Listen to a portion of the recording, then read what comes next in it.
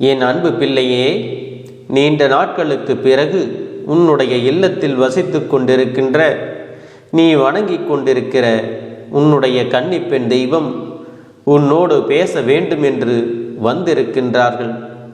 ஒரு பெண் இந்த உலகில் தோன்றி மனம் முடிக்காமல் கன்னியாக மறைந்தால் அவளை வழிபடும் வழக்கம் இன்றும் தொடர்ந்து வருகிறது. பெண்களை தெய்வமாக வழிபடும் வழக்கம் நம் தேசத்தில் பழங்காலத்தில் இருந்தே தொன்று தொட்டு நடந்து வருகிறது. சக்தி வழிபாடு என்பது தாய் வழிபாடுதான் என்பதை நீ புரிந்து கொள்ள வேண்டும். கன்னிமார்களின் வரலாறு உனக்கு தெரியாமல் இல்லை. என் அன்பு பிள்ளையே, மிக பிரபலமாக கன்னி தெய்வங்கள் போற்றப்படுவதற்கு பல காரணங்கள் உண்டு. இன்பத்தை கருவாக்கினால் பெண் உயிருக்குள் உயிர் சுமந்து மனித குலத்தை விருத்தி அடைய செய்தவளும் பெண்தான். இந்த காரணத்தினாலேயே பெண்ணை மகாசக்தியாக பார்த்திருக்கிறாள். தன்னை விட பலம் குன்றிய பெண்ணை பார்த்து பயந்திருக்கிறாள். அவளை கையெடுத்தும் கும்பிட்டிருக்கிறார்கள். அந்த பழங்கால மரபுக்கும் வரலாறுக்கும் இன்றும் நிலவும் சான்றுதான் நம் தமிழர்களின் கன்னி வழிபாடு. ஒரு பெண் இந்த உலகில் தோன்றி மனம் முடிக்காமல் கன்னியாக மறைந்தால் அவளை வழிபடும் வழக்கம் கன்னி தெய்வ வழிபாடு என்று நாம் சொல்லுகின்றோம். இந்த கன்னிகள் பெரும்பாலும் தங்களின் சராசரி வாழ்வை தவறவிட்டவர்கள் அல்லது துச்சமாக தூக்கி எறிந்தவர்கள். கன்னித்தன்மையை கொடுத்து தாய்மையை பரிசாக பெறாமலேயே இறந்தவர்கள். இதனாலேயே சராசரி பெண்கள் ரட்சிக்கும் தெய்வ நிலைக்கு உயர்ந்து விடுகின்றார்கள். இப்படிப்பட்ட கன்னி பெண் தெய்வம்தான் உன்னிடம் இன்று பேச வந்திருக்கின்றது. என் தங்கமே, உனக்கு துணையாக இருக்கக்கூடியவர்கள் உன்னுடைய குல தெய்வமும் உன்னுடைய இஷ்ட தெய்வமும் உன் இல்லத்தில் இருக்கின்ற கன்னி பெண் தெய்வமும் அதோடு உன்னுடைய முன்னோர்களும் தான். இவர்களிடத்திலிருந்து நீ ஆசிகளை பெற்றுவிட்டால் உன்னுடைய வாழ்க்கையானது முழுமையடைந்து விடும் என்பது சந்தேகமில்லை. இன்று இந்த நல்ல நாளில் உன்னுடைய முன்னோர்கள் ஆசிகளையும் பெற்று இருக்கின்றாய். என் பிள்ளையே, அப்படி இருக்கும் பொழுது உன்னுடைய கன்னி பெண் தெய்வம் இந்த நேரத்தில் உன்னோடு பேச வந்ததற்கான காரணம் என்ன தெரியுமா? என் பிள்ளையே, அவர்கள் உனக்கு நிச்சயமாக நல்லதுதான் சொல்ல வந்திருக்கிறார்கள். அவர்களும் பல நாட்களாக உன்னிடத்தில் சில வார்த்தைகளை பேசிவிட்டால் போதும். அவர்கள் உனக்கு எப்போதும் உறுதுணையாக இருப்பதை நீ புரிந்து கொள்வாய். என்றும் அவர்கள் எந்த அளவிற்கு உன் வாழ்வில் உனக்கு நல்ல விஷயங்களை செய்ய வேண்டுமோ அதை செய்து கொடுத்து கொண்டிருக்கிறார்கள் என்பதை நீ தெரிந்து கொள்ள வேண்டும். என்றும் அவர் உன்னோடு பேச வந்திருக்கிறார்கள். என் பிள்ளையே, அவர்கள் உன்னோடு பேசுவதை நீ முழுமையாக கேட்க வேண்டும். ஒருவேளை உன்னுடைய மனதிற்கு மிகப்பெரிய ஆறுதலாக கூட இவர்களுடைய வார்த்தை அமைந்து விடலாம். நீ இப்பொழுது இருக்கின்ற கஷ்டத்திற்கு உனக்கு மிகப்பெரிய தீவினை கூட அவர்கள் கொடுத்து விடலாம். என் தங்கமே, ஏதோ ஒரு குழப்பத்திற்கான தீர்வு இவர்களின் வார்த்தைகளில் இருக்கிறது என்பதை நீ தெரிந்து கொள்ள வேண்டும். அதனால் உன் இல்லத்தில் வசிக்கின்ற கன்னி தெய்வம் என்ன பேசுகிறார்கள் என்பதை நீ தெளிவாக கேட்க வேண்டும். என் அன்பு பிள்ளையே, நான் உன் இல்லத்தில் இருக்கின்ற கன்னி தெய்வத்தோடு பேசுகிறேன். நீண்ட நாட்களாகவே எனக்கு உன்னோடு பேசிவிட வேண்டும் என்று எண்ணம் தோன்றி இருக்கிறது. அதற்கு காரணம் என்ன தெரியுமா? நீயும் உன்னுடைய குலதெய்வத்தையும் உன்னுடைய இஷ்ட தெய்வத்தையும் உன்னுடைய முன்னோர்களையும் நினைத்து அவர்கள் எல்லாம் என்ன செய்ய வேண்டும் என்று நினைக்கின்றாய். அவர்களும் உனக்கு எல்லாம் செய்து கொண்டுதான் இருக்கிறார்கள். இருந்தாலும் இந்த கன்னி பெண் தெய்வம் என்னை நீ சற்று மறந்தது உண்மைதானே? என் பிள்ளையே, நீ மறந்து விட்டாய் என்பதற்காக நான் கோபமாகவெல்லாம் வரவில்லை. இன்று உன்னோடு சில மணித்துளிகள் மட்டும் மனம் விட்டு பேச வேண்டும் என்ற எண்ணம் வந்தது. அது மட்டுமல்லாமல் மனக்கவலையோடும் சோர்ந்து போகின்ற நேரத்தில் எல்லாம் நான் அருகில் இருந்ததை நீ உணரவில்லை. அதனால் அதையும் இன்று நான் உனக்கு தெளிவுபடுத்தி விட வேண்டும் என்றுதான் வந்திருக்கின்றேன். உன்னுடைய வாழ்க்கையில் என்ன நடக்கிறது என்பதை நான் தெளிவாக கவனித்து கொண்டுதான் இருக்கின்றேன். ஒவ்வொன்றிலும் ஒவ்வொரு விதமான சோதனைகளை நீ தாங்கிக் கொண்டுதான் இருக்கின்றாய்.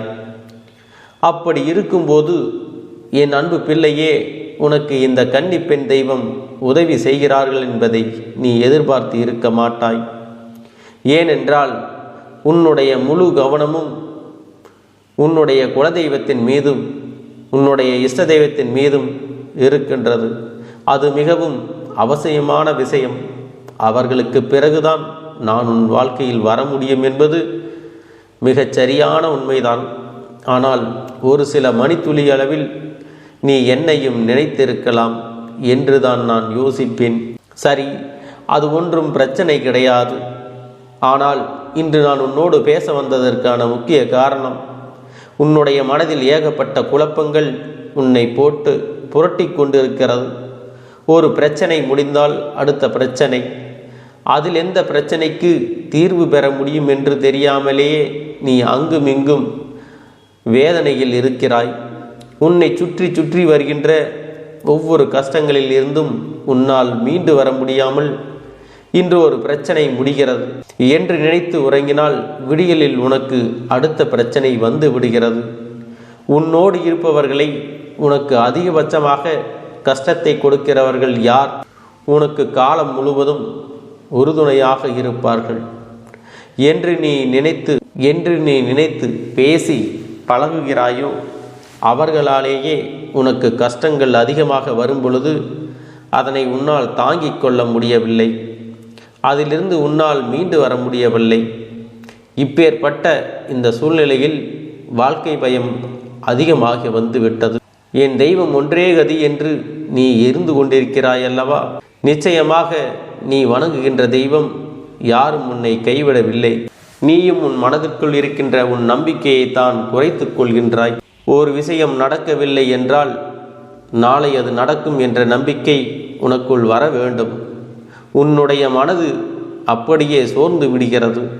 நம்பிக்கையை கைவிடாமல் என்றாவது ஒரு நாள் நடக்கும் என்று நம்புவோர்களுக்கு மட்டும்தான், யார் தன்னுடைய நிலையில் எப்பொழுதும் ஒரே மாதிரி இருக்கிறார்களோ அவர்களுக்குத்தான் எல்லாம் சரிசமமாக நடக்கும் என்பது இந்த பிரபஞ்ச விதி.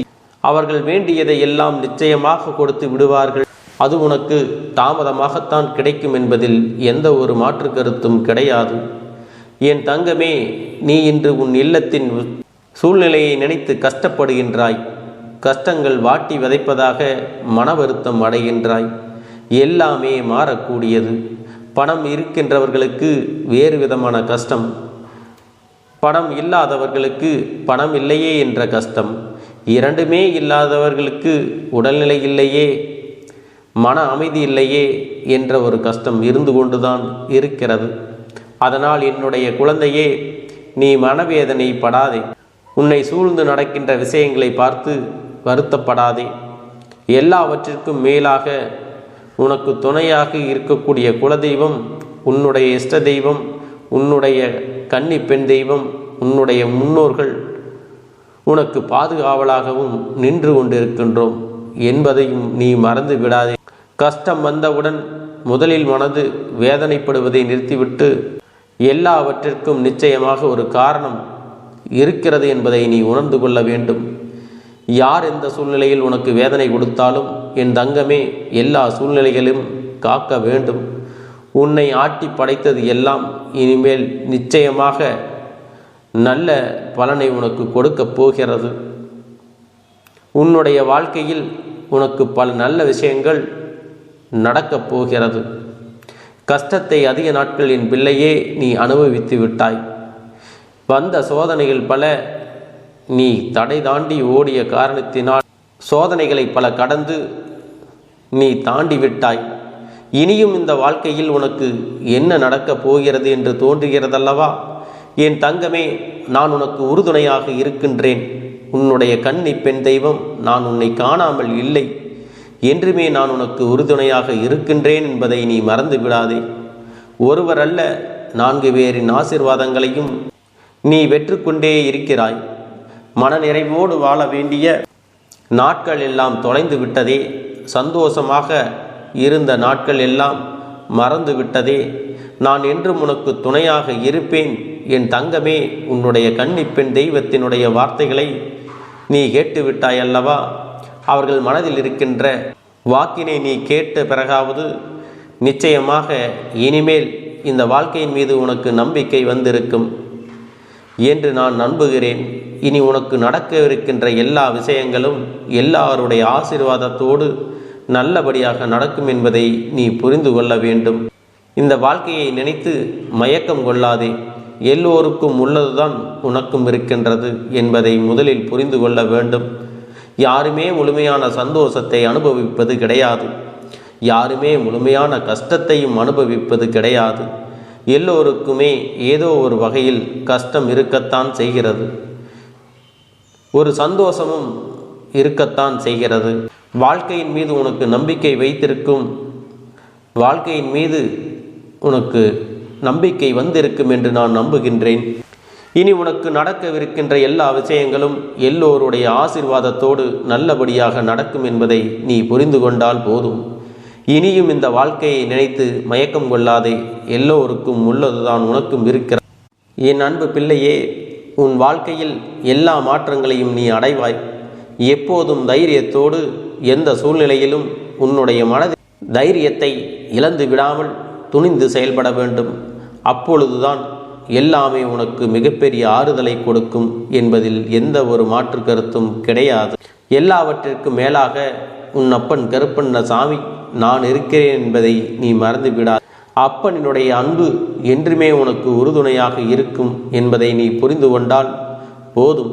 என் தங்க பிள்ளைக்கு இந்த கருப்பண்ணசாமியின் ஆசீர்வாதங்களும் உன் கன்னிப்பெண் தெய்வத்தினுடைய ஆசீர்வாதங்களும் எப்பொழுதும் இருக்கின்றது.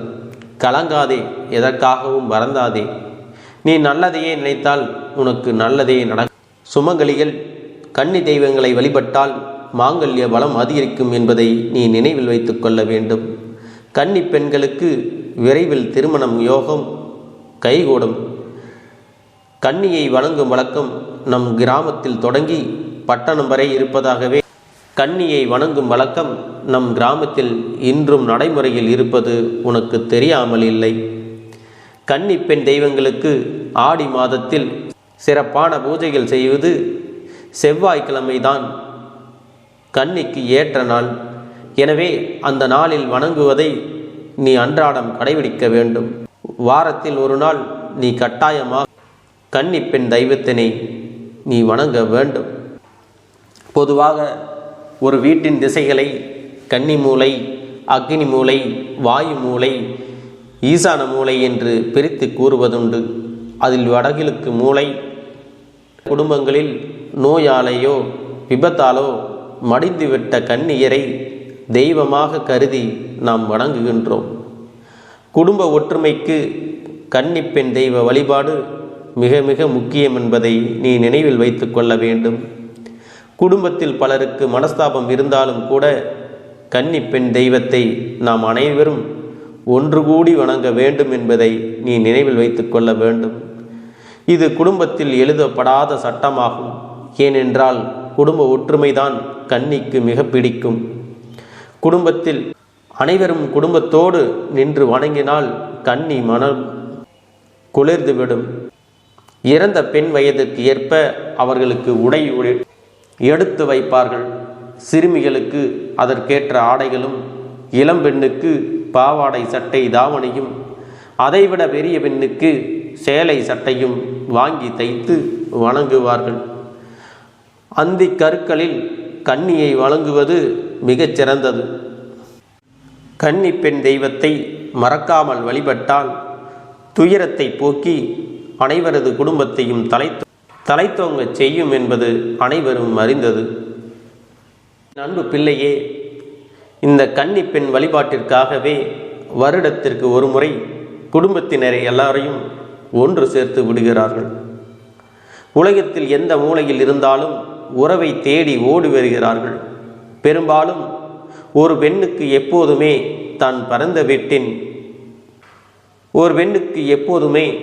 தான் பிறந்த வீட்டின் மீது பற்று உண்டு. இது போன்ற கன்னிகளுக்கும் ஆசைகள் அதிகம். தன் வீட்டில் அண்ணன் தம்பி என்று உறவு முறைகள் அனைவரும் ஒன்றாக நின்று தம்மை வணங்க வேண்டும் என்று ஆசைப்படுவாள்.